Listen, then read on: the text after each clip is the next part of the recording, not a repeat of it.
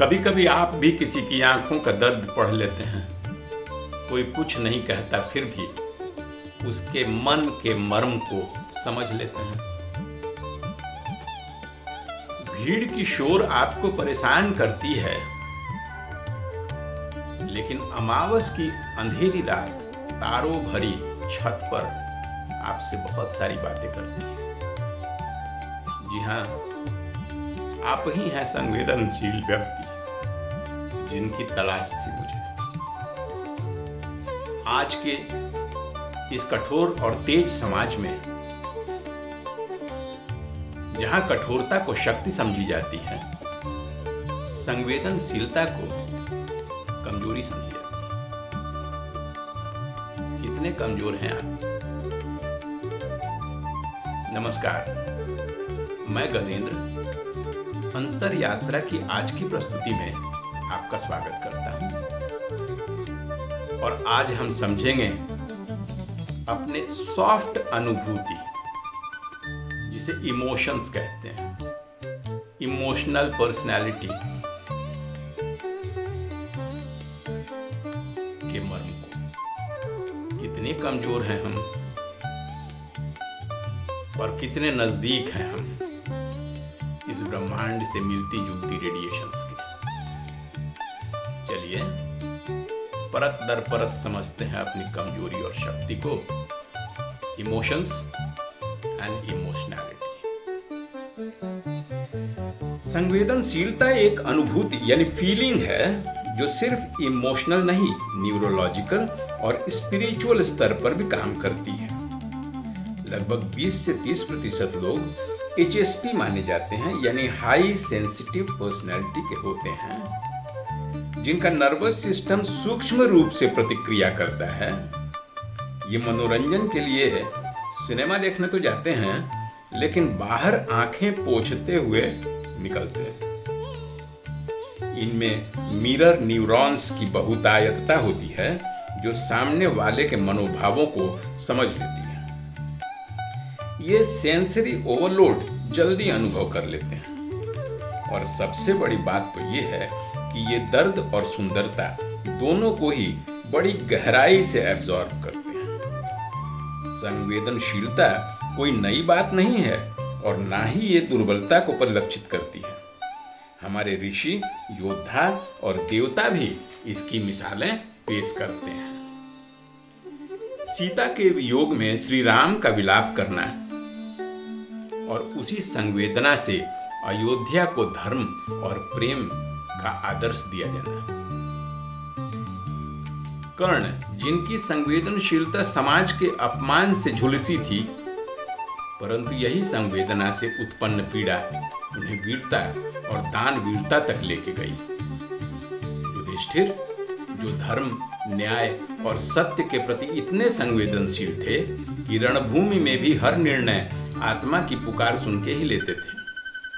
मीरा, जिनकी कविताएं केवल भक्ति नहीं, आत्मा की करुण पुकार थी, प्रेम की संवेदना का शुद्धतम स्वरूप।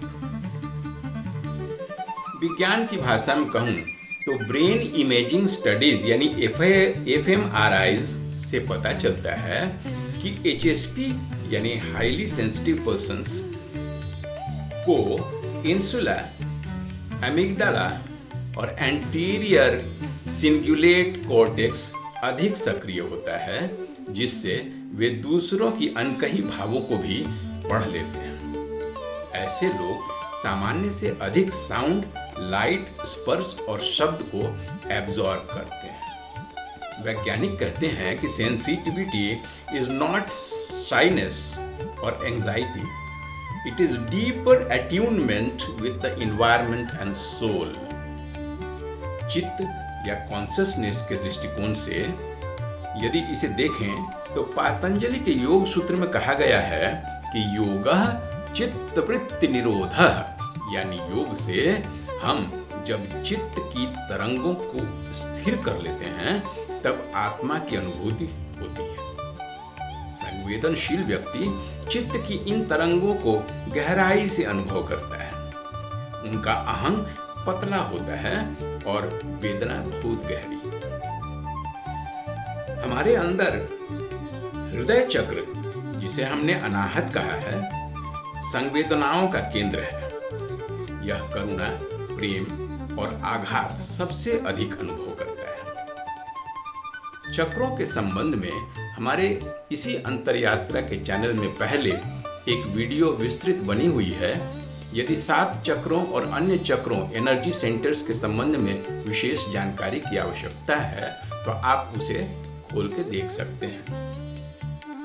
लेकिन आज की इस तेज और क्रूर होती दुनिया में जो रोता है उसे कमजोर समझा जाता है। जो किसी की पीड़ा से खुद विचलित हो जाए उसे सॉफ्ट कहते हैं। स्कूल में, दफ्तर में, घर पर, सब जगह हितचिंतक यही समझाते हैं, इतना मत सोचो। इतना क्या है यार, क्यों इतना सेंसिटिव होते हो? Forget and move on. लेकिन जब संवेदनशीलता दबाई जाती है तो भीतर एंजाइटी, विथड्रॉवल और डिप्रेशन और एगोनी बनने लगती है।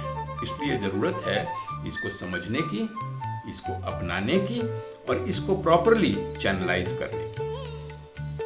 संवेदनशील व्यक्ति ऐसी शक्ति है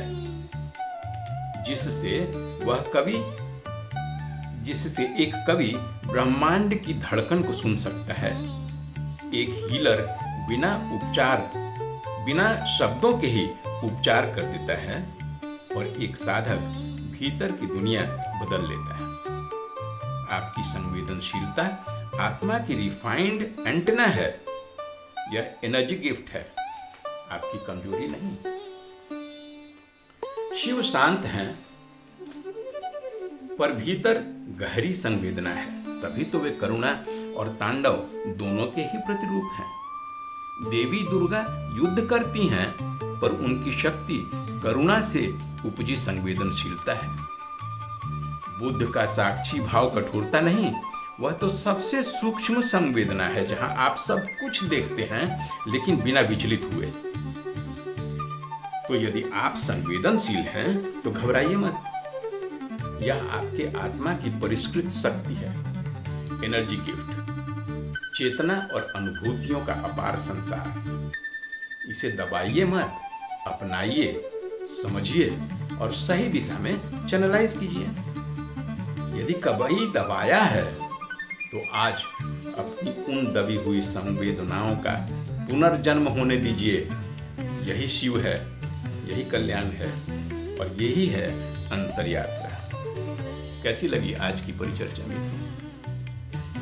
आप ही के अंदर की सॉफ्ट अनुभूतियों की शक्ति या कमजोरी?